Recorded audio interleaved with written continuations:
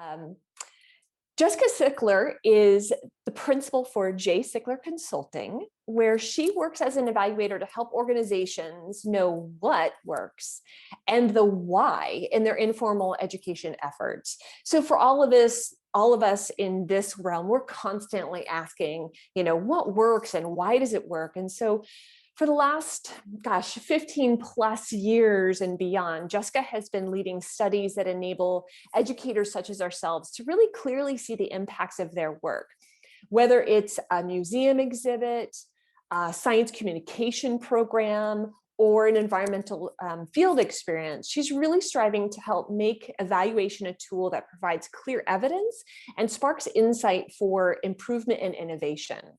So she spent a lot of time with large teams and small teams, kind of putting this into reality and into practice for a lot of organizations.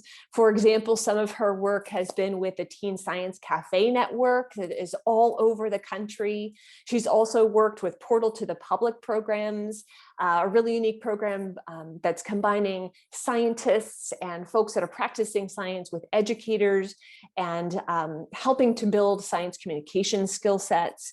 And she's also worked with numerous types of organizations, entities, and agencies around the country.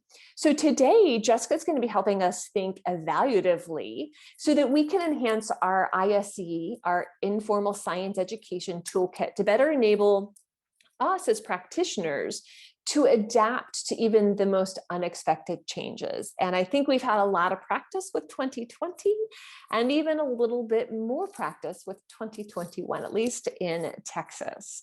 So it is with great pleasure and an honor that I introduce Jessica.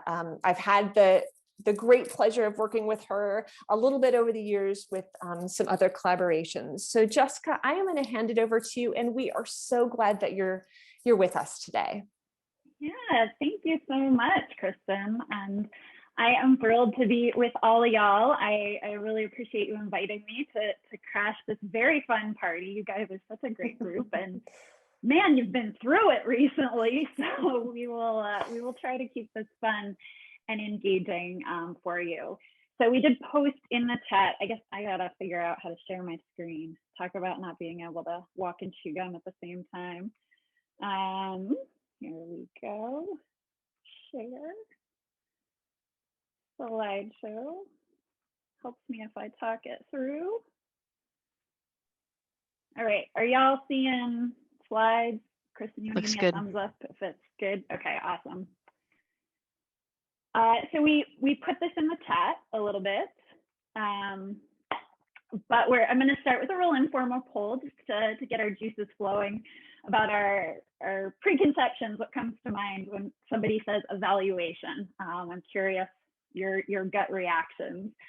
You can do this in another browser window or mobile phone, works, whatever you got. So as you're doing that, I'll give you a little bit of stage setting for today's session. So as Kristen said, I've been an evaluator and a researcher for a really long time. And back in the olden times, we had these things called happy hours where we'd like all meet in a bar. And people would ask, how does someone end up doing that job? It sounds a little weird. And the truth is, I started out as an informal educator, and I quickly discovered that whether I was developing curriculum or teaching how a seed becomes a tree, my mind was always preoccupied with how can I figure out what's going on in the heads of these learners. I was always looking for evidence to help me understand what was going on. And that got me started down a long path to being the total geek that I am now, who gets excited about logic models and indicators and data, which means when you do my word cloud of associations with evaluation, it looks something like this. And after years of working with educators, I've found that sometimes I see the world a little bit differently than they do. And my goal for today is to give you guys some tools where you can sort of try on my glasses for a little while to see your work from my point of view as an evaluator. Because I argue that building these muscles to look at the world in the way of an evaluator can be especially helpful in times of uncertainty and changing circumstances. So when I get asked to do a workshop on evaluation, there's often a lot of associations with what that means. And I wanted to see if we could, oh, here we go. I wanted to see what your thoughts were, which is what that opening poll was about. It looks like lots of you have responded. Oh, great. Improvement, feedback, survey, questions, assessment, absolutely. These are totally the kinds of words I get right away. These are the things we think about. And a lot of it we'll see are emphasizing methods, assessment, surveys, questions, tests, right? So that's one way of thinking about it. But I'm not here to turn educators into evaluators. Instead, I really like to focus on a skill set of evaluative thinking, which is useful broadly in any job in education. So what do I mean by that? Or why do I even focus on this evaluative thinking? Mainly because it's different than the idea of doing an evaluation. And I think it's more useful.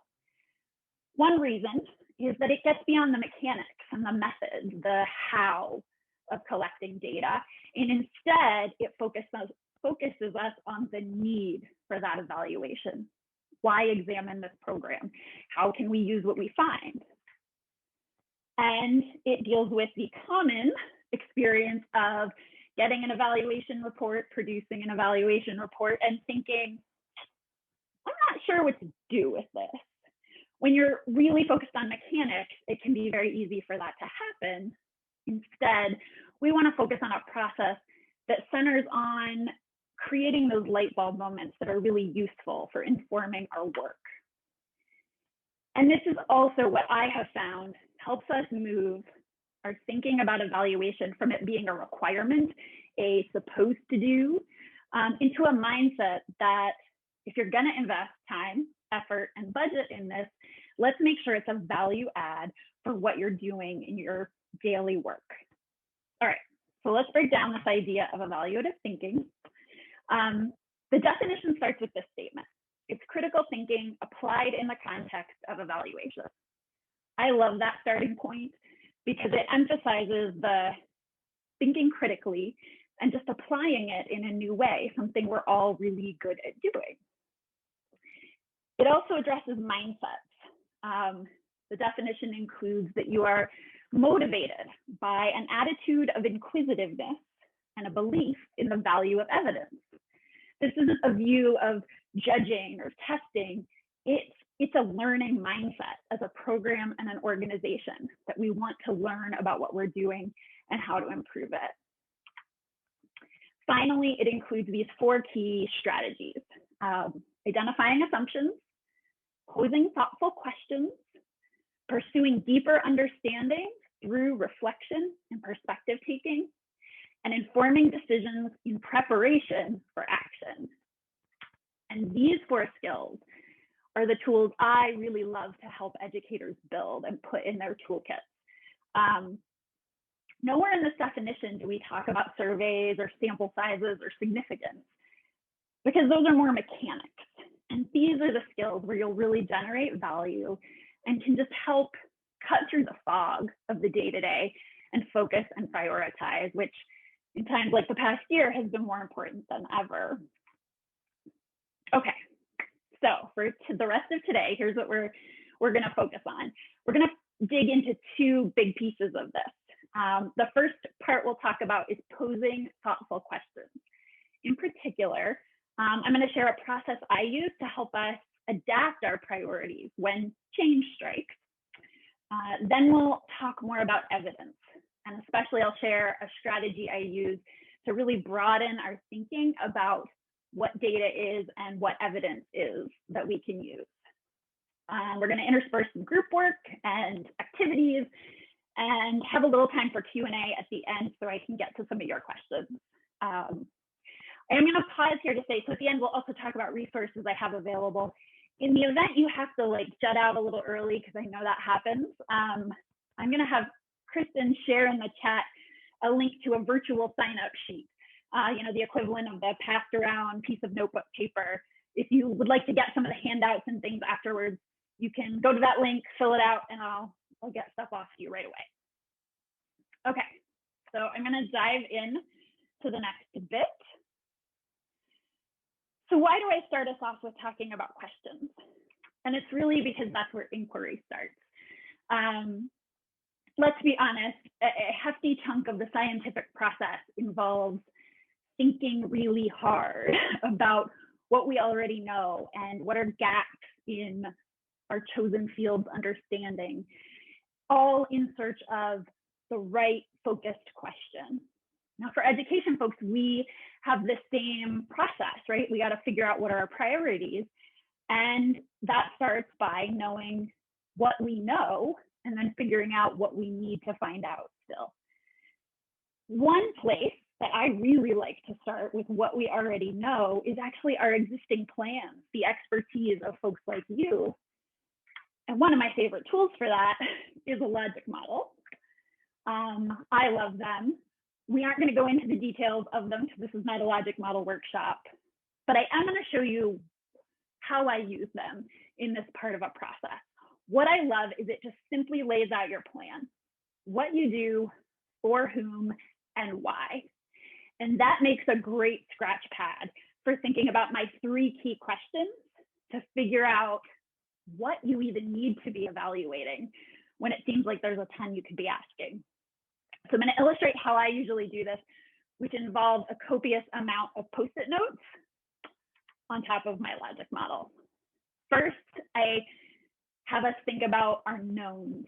What pieces of our plan are we pretty confident about from what we already know, what we've done in the past, from the literature? Where are our assumptions in this model? Where are we assuming something or making an educated guess? Might be a little unsure of a choice we've made, but we did it for reasons. And then lastly, gaps, places where we feel like we're just lacking information. Maybe we're kind of flying blind a bit. Now, these 3 aren't hard and fast categories, but they do push us to think critically to find our core questions and our core needs to move us forward. And sure, this is helpful at the start of a project, but I found it's really useful in a time like 2020 when it felt like new poop was hitting the fan on like a weekly basis.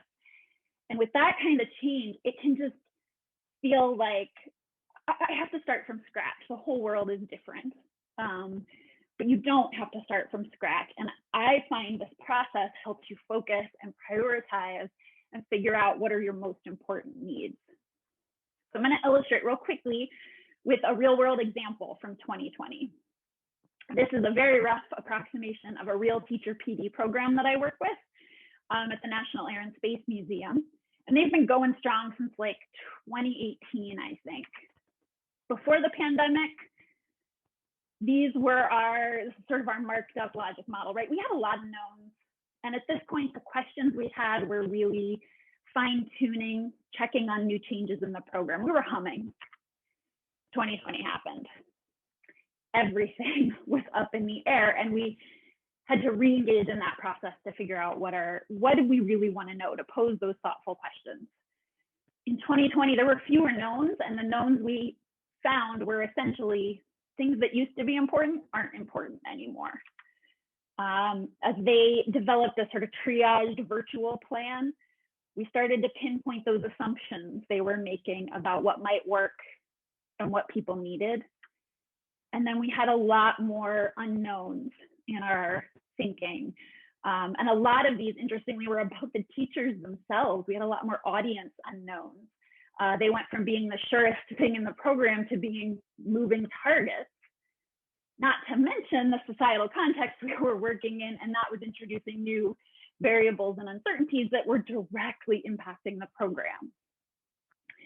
So through this process, when you look at the kind of questions we had before the pandemic, and then the kinds of evaluation questions we were posing when we renewed that process, we were able to really clearly see how our priorities shifted. If we just sort of kept going with like, well, this is how we do evaluation, I would have given them a whole bunch of information that was utterly useless to what they were doing. but instead we could really shift gears and hone in on the things that were most meaningful to help the educators do what they do better. So now it's going to be your turn. We're going to have you play with this idea a little bit in some small breakout groups, maybe like 3 or 4 people. We will have you think about the kinds of programs or institutions that you're working within, and think about particularly the yellow and purple questions, right? Where do you feel like your current plans are making some assumptions? Maybe assumptions about what an audience needs or wants, assumptions about whether an education strategy is the right fit, and where you just have gaps and blind spots in your knowledge. You're lacking some clear information. Maybe we don't have a clue why parents are coming to our virtual programs with their kids. We just know they are. We could use some information there. Talk about those assumptions and gaps and what kinds of evaluative questions they might be pointing you to. What's your information need? We're just going to have you discuss, and we'll stop my share, have you discuss. We might have a few people share out when we come back together. But otherwise, it's just really for you to start practicing identifying assumptions and gaps in information. Sound good? All right, we'll send you off for maybe 4 minutes or so. Okay, so you're going to see an invitation to your rooms, and I might shuffle you around just a little bit as folks kind of come and go. So apologies if you appear and disappear quickly.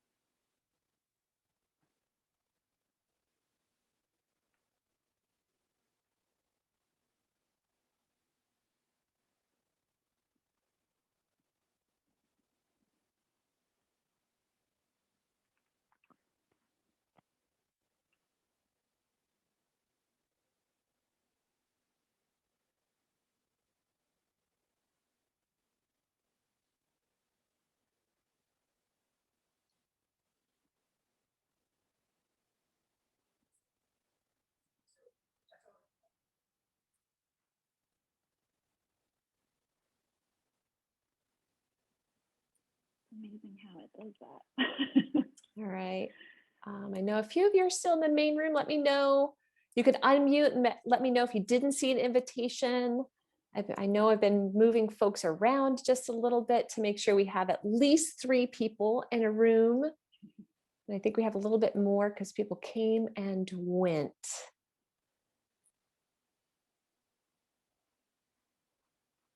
All right, so Marty, I don't know if you are going to join. Let's see who hasn't joined either. Michelle, if you're still within hearing room, let me know. And those rooms have folks in them enough for discussion, yeah, Jessica, so they're good. Yeah, I think they'll be good. Okay, good. Yeah. Jump around, but I also don't want to distract. It's more distracting when a facilitator pops in, I feel like, to a Zoom room. I know, they're like, oh my gosh, we're being watched. Room you can just sort of like hover by. I know, right? Just walk by. Yeah. Feel free if you want to bounce in and out. I can stay in this room in case anyone falls out of a room or joins. So I can kind of do that monitoring. And then I'll set my timer too to pull everybody out in about, or at least give them the warning in about 3 minutes. Do you feel good with that? Yeah, probably even just like in another 2 minutes. They're about 2 minutes, so maybe just another minute or two. It's hard to know how deep into discussions there. Oh, looks like Marty moved. Yeah, it looks like Michelle sounds like she's got a baby in her, literally in her arms. Oh, there you go. Yeah. No worries. Multitasking of 2020, 2021. Yeah, that's right.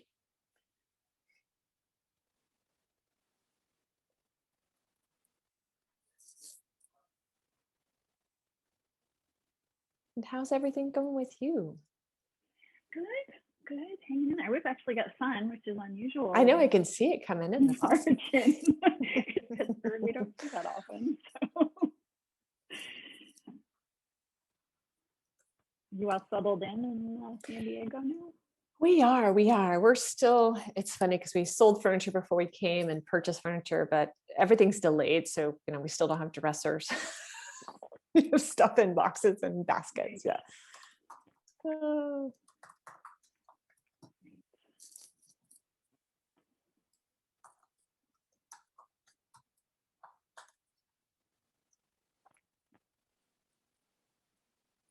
right, give everybody a 1 minute warning.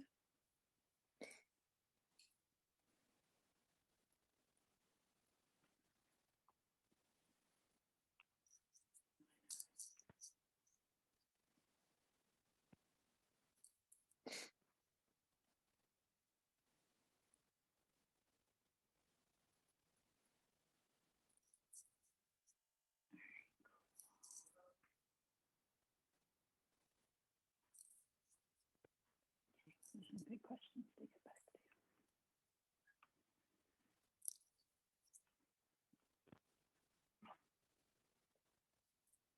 Okay, so they should be coming back. And oops, but it's I can't forcibly bring them back. Gave a 1 minute. Yeah, so they're gonna have okay. Yeah, they'll probably people start popping back, especially if they were really done talking. And it's so hard to know, like you don't have that buzz in the room to go, okay, they're done now. I know, right. All right.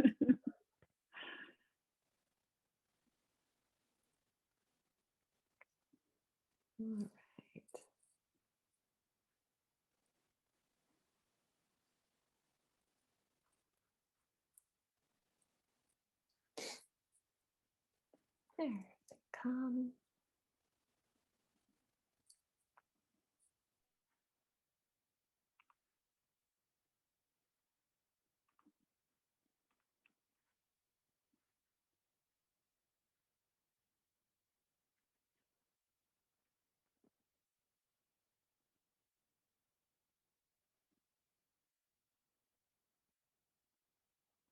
All right, we're all coming back now. Awesome.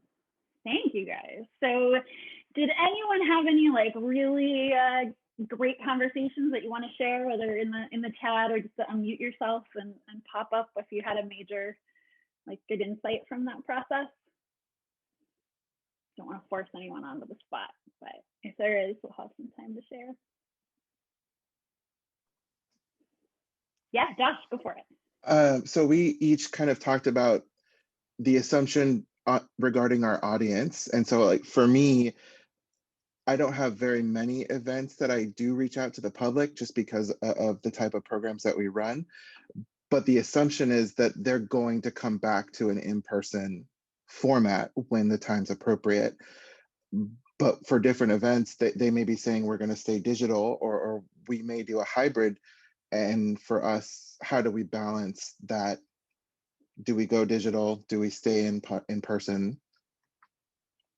Yeah, I think you've hit on a huge assumption that I'm going to guess a lot of our institutions are dealing with, in that while we're in that gray area of it's getting more comfortable to be in person, but maybe not everyone's comfortable, and that sort of need to take the temperature, bad metaphor, of our audiences, of where they're feeling right now. And I feel like a lot of this year I've been finding our questions needing to refocus on how people are feeling at this moment, so we aren't like grossly insensitive to whatever there's going on in their life. We're finally in touch with our social emotional sides this year. Spot on. I totally think you hit on a big thing. Okay.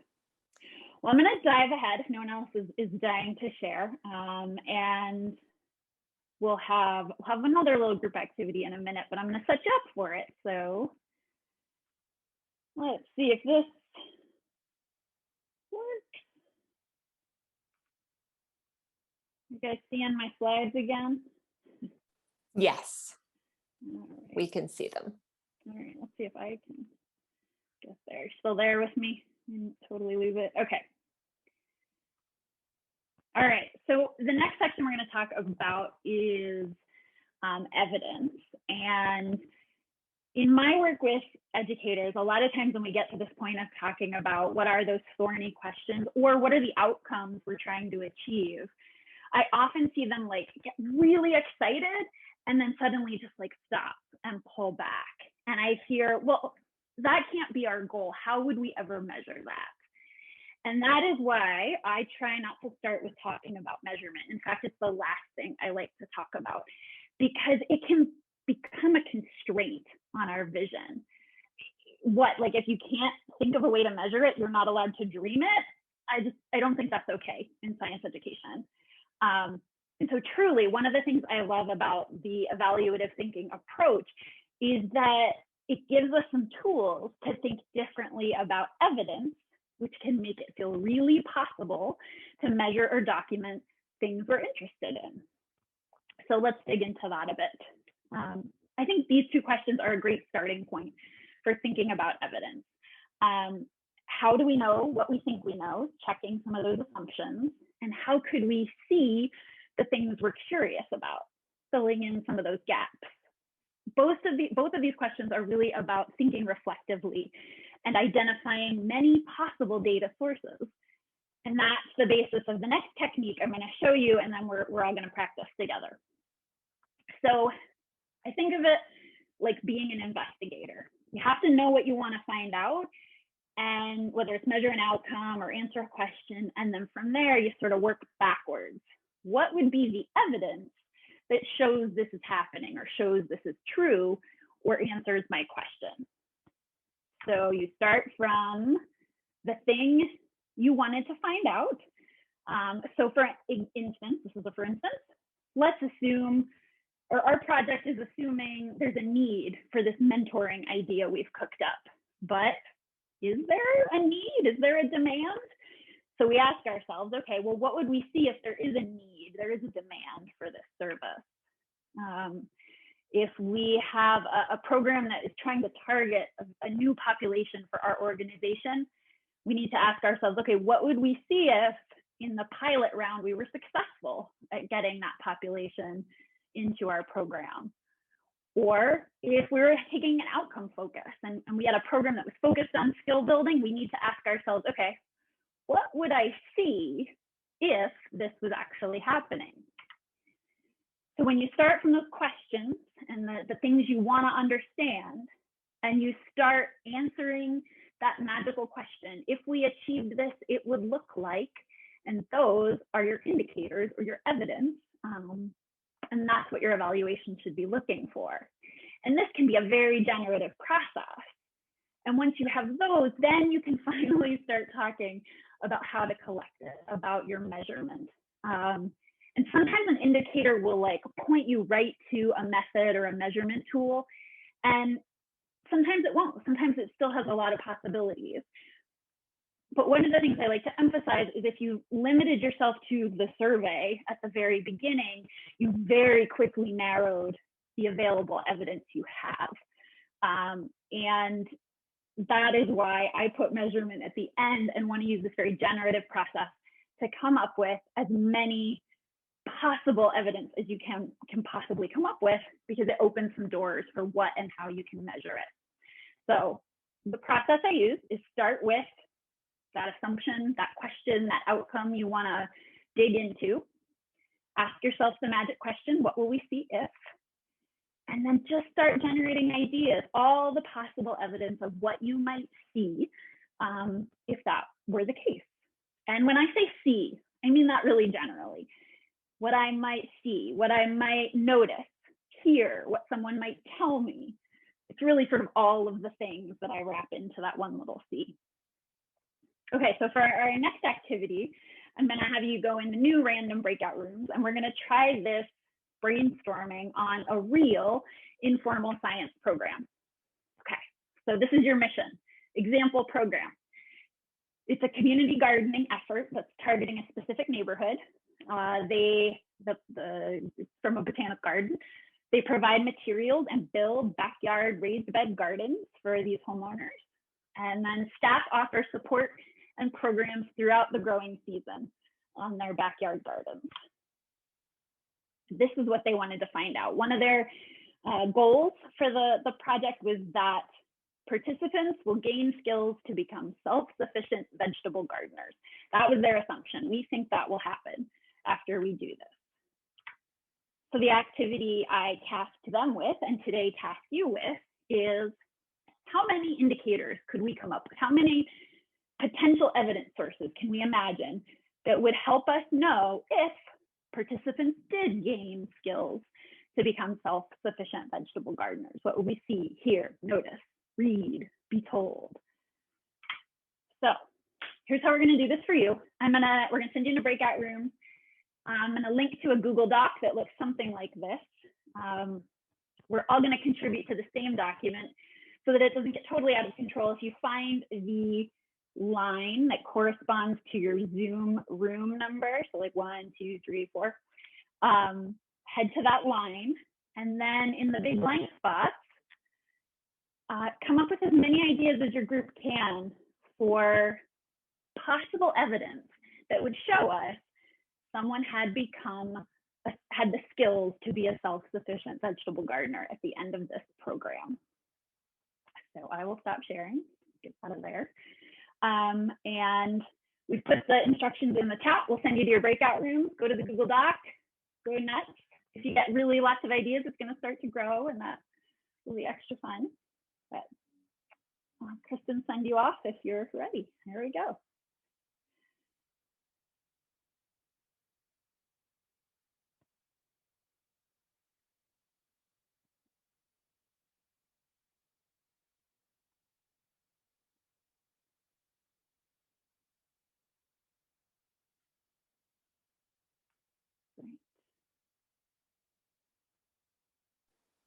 All right, and 4 minutes again for this one, correct, Jessica?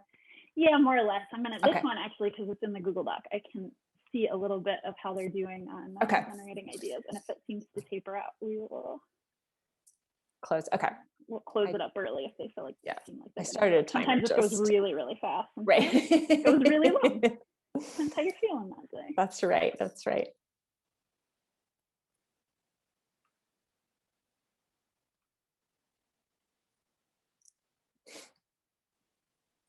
I hope I have a line break.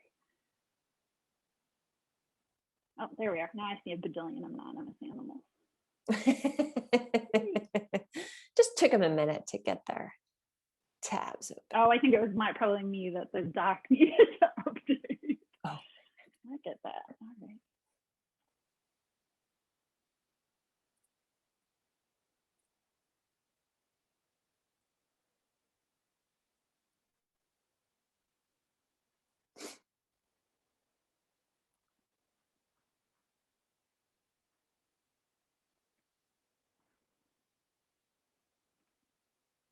I forgot to tell them they could peek at each other.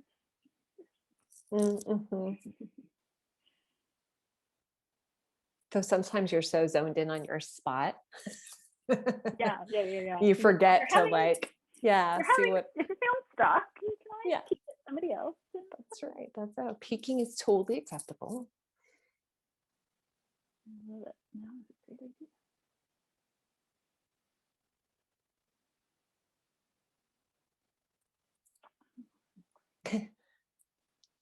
There'll be vegetables. Yeah, right? Like exactly. Such a good indicator. Right? Sometimes the simplest things feel too simple and we don't want to ask that or look for that. Yeah. I can just walk by.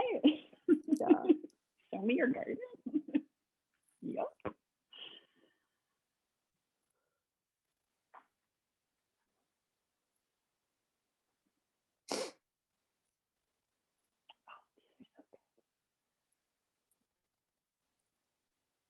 All right, room 7. Must still be chatting. Right, and we have till the end of the hour. Okay. So maybe we should give them a 1 minute warning to pull back. This is basically it. I'll just do a little wrap up, and then depending on how long we need for questions, but any questions can be Let's make sure that We'll give them a 1-minute warning. warning, be sure Because they're to doing really well. share your ideas in the Google form. Okay.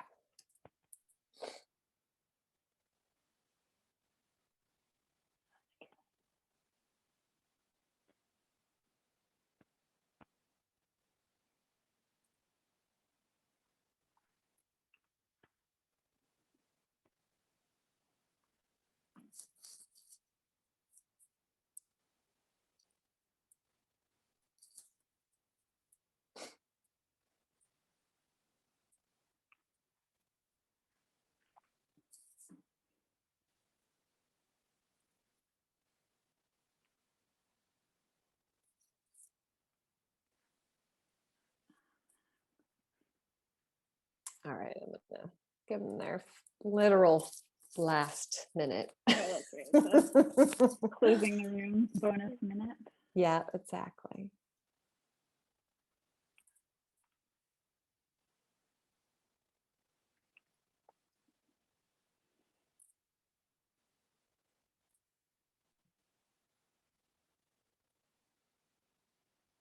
So many ideas.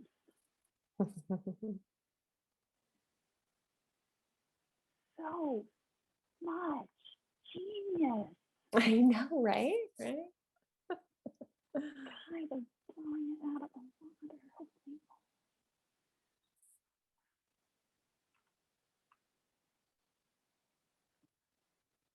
They're using every last second.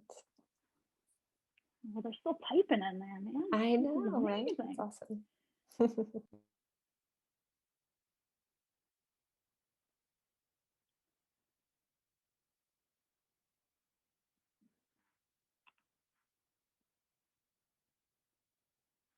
All right, getting everybody back.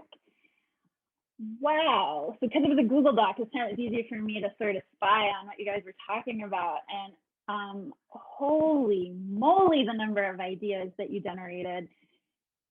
It's amazing. And they're all so good, right? Like Kristen and I were talking and we saw the one that came up early is there will be vegetables.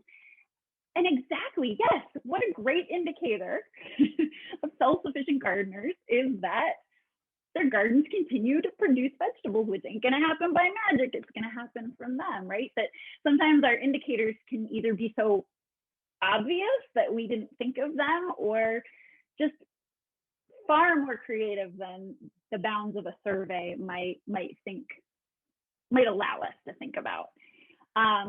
I will share my screen for like a hot second more, just because I know a lot of times people want to know what the program came up with. Let's see if we can do this a little, but not from the beginning. Okay, we're not going to do that then. So some of the ideas that the actual program folks came up with were demonstrate basic gardening skills by year 2. So effectively something you could observe or even test them on. Reporting a greater ability to maintain a vegetable garden without help. So they telling us as a legitimate source of evidence, that they could name several sources they would use to troubleshoot a gardening problem. And I'm going to guess that's somewhere in that list, right? That's part of being self-sufficient is you know how to get help when the poop hits the fan, because it inevitably will when you're gardening. So this home gardener. They had participants will lead some monthly garden club activities. You didn't have that information, but that was a thing that they had involved. And that they will maintain their gardens in the year after support. So kind of there's vegetables a year later when you go to those gardens. It was really helpful to just broaden our thinking about what is the evidence of the thing we care about. And did we measure all of those? No, we did not. We didn't have that kind of scope, but it gave us more possibilities to select from and decide which ones were most targeted to the thing we cared about and which ones were feasible to collect, because not everything is going to be feasible, especially when we're working at small scales, and that's okay. But by generating it, we can really figure out the possibilities. So I'm going to stop talking and open it up to questions at this point.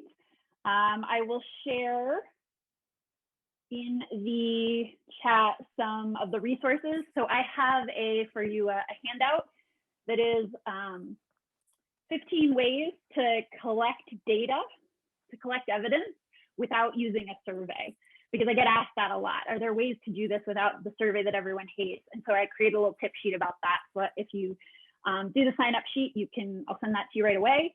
And the other piece is I'm going to hold an office hours next Wednesday, sort of the same time, 1 p.m. Central.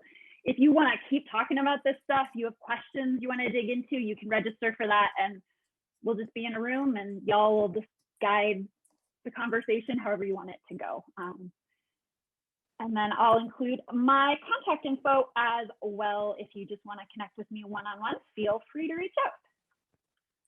And Jessica, while you are typing that, there was a question that was put in kind of early on, and now I got to scroll back to it, but it was essentially this: what are some of the innovative approaches that you're seeing from folks that they're putting to use during this pandemic, and that are helping them to inform what evaluation is looking like now and what it might look like in the nearish or a little bit further out future, because we imagine it's going to look different than it once was?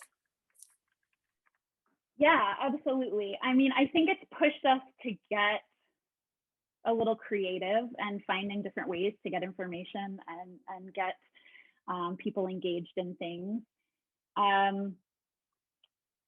So for one thing, I think I will say one example we've done is we had some materials-based interviews that we were supposed to do with kids, where we were really going to share stuff and do an activity, and we couldn't do it in person. So we found different technological platforms so we could effectively look at the same graphic together, but they could annotate it at the same time that I could annotate it.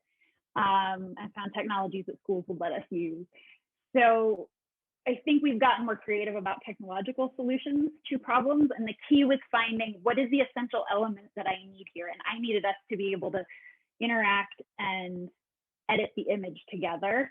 And so we were able to do it in that way. I think also all of the online media, we're finding ways that we might be able to get feedback through by mining data that people are sharing with us, social media posts, comments, things like that, soliciting comments in forums like this, and that can be a way to get feedback. So I'm hoping that will continue. Things like polling in sessions, sort of embedding methods in the activity you're doing, are another great way that I love to use, and I am hoping people are finding and trying more often now, and that they'll continue them in the future. I don't know if that helps at all.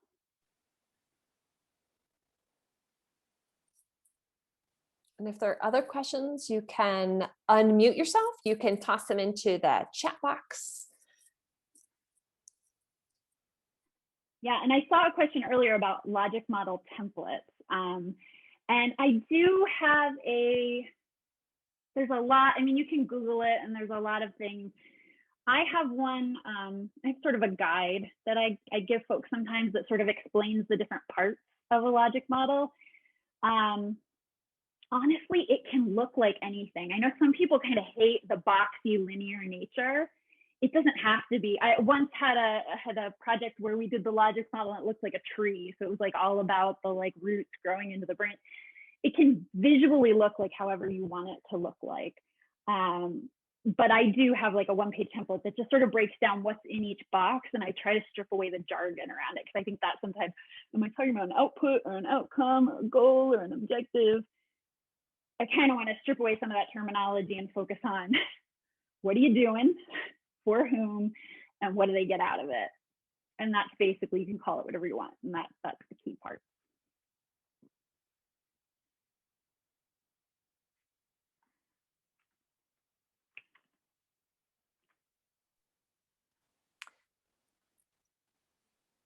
All right. Well, we are winding down to our right at the end here. Final minute. Look at that timing. Perfect.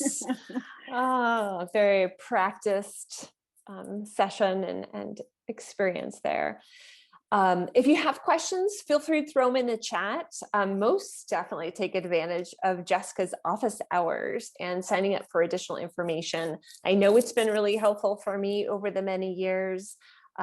So hopefully you can take advantage of having one more tool and friend and expert to lean on as you move through looking at what evaluation looks like now and into the future. Jessica, thank you so much for your expertise and time. This was wonderful. It was great to see you. I will kind of sit online for a little while in case anybody has any last questions, or if you wanted to wait until the gallery wasn't quite so big to ask your question.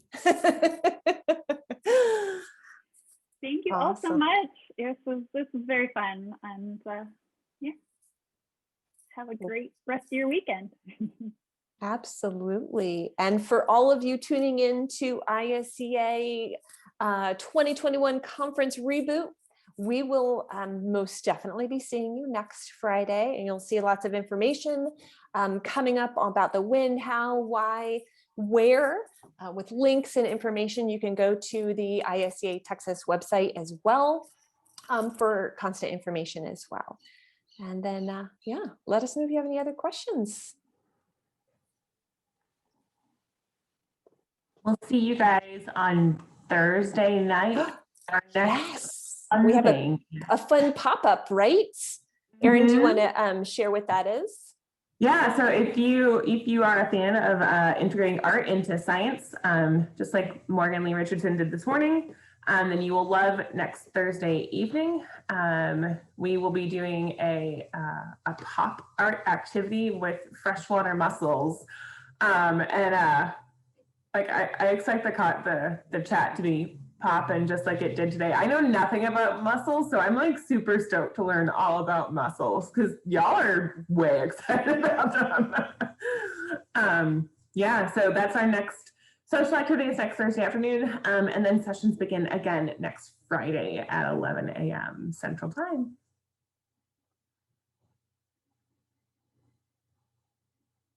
So thanks, y'all. Y'all have a great afternoon.